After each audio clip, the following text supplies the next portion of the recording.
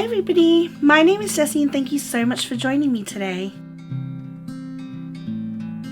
Hands up, how many of you have ever been in a horrible workplace situation?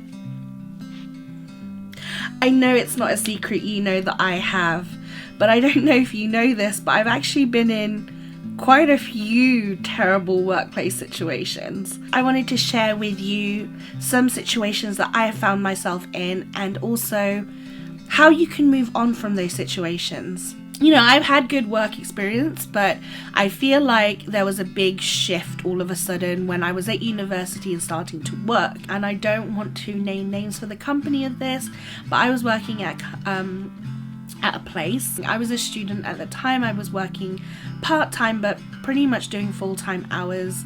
During my training, I was being trained by one of the assistant managers, and this alarm started going off, and she had said to me, don't worry about it, it will turn off eventually. So one day she wasn't working and I was there with another assistant manager plus the manager plus because there was a visit by, I don't know, what do you call the big honcho, the lead person for the company, and he was doing visits on all their branches when this alarm started going off.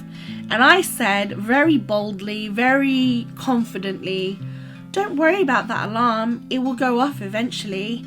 And this was heard by the assistant manager and the manager, who both was like, what are you talking about? And basically I got questioned. So I said, I learnt it in training. However, I did find out that alarm did mean that there was a leak. A few weeks went by and I had noticed that my assistant manager had gotten very distant with me. So I turned to her and I asked her about it. I don't like feeling like I've upset someone, so I always like to have an opportunity to be able to right my wrong.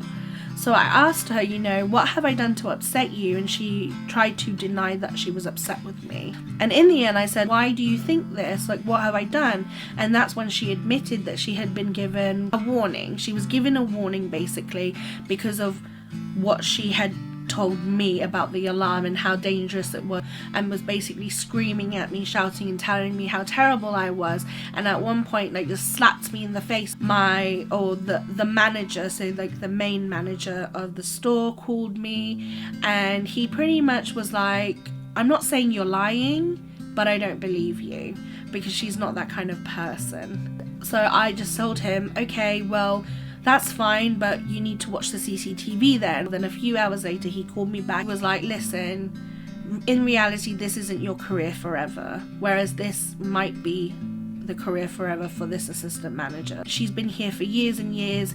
If she gets fired, she loses any type of pension and that will ruin her life. And he was like, do you really want to ruin someone's life for a career for a job that you're only going to have probably for a few months? But it was just those words. Are you really willing to ruin someone's career or someone's life for a job you're not going to have for very long? And it felt very much like it minimized what I had been through and what I was feeling.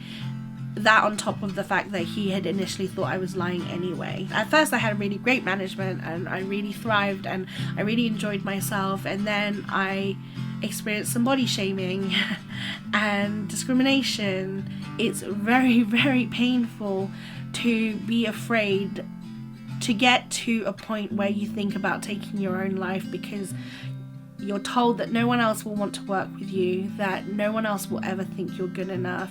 But I could go on and on about various stories, but I thought I'd shared some pretty strong ones with you today, but not because I wanted to depress you or make you feel sad or make you feel bad, because I wanted to tell you that many of us have gone through some terrible workplaces. Don't give up.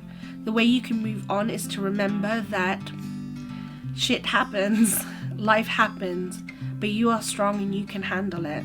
There are workplaces that are good and are honest and will care about you. So please try not to take this setback as a permanent thing. It was a moment in your life that was set to challenge you and strengthen you, to remind you exactly what you love and exactly how much you're worth.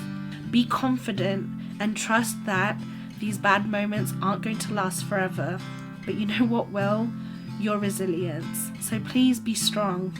If you need to, surround yourself with positive people. Talk to me, talk to your friends, talk to your family. Join us at the Emotion Exchange. You're always welcome. I promise you that we have no judgment. We do not ask any unreasonable questions. We just want to make sure that you are okay. So, have a good day. As always, be kind to yourself, and I will be seeing you later. Bye.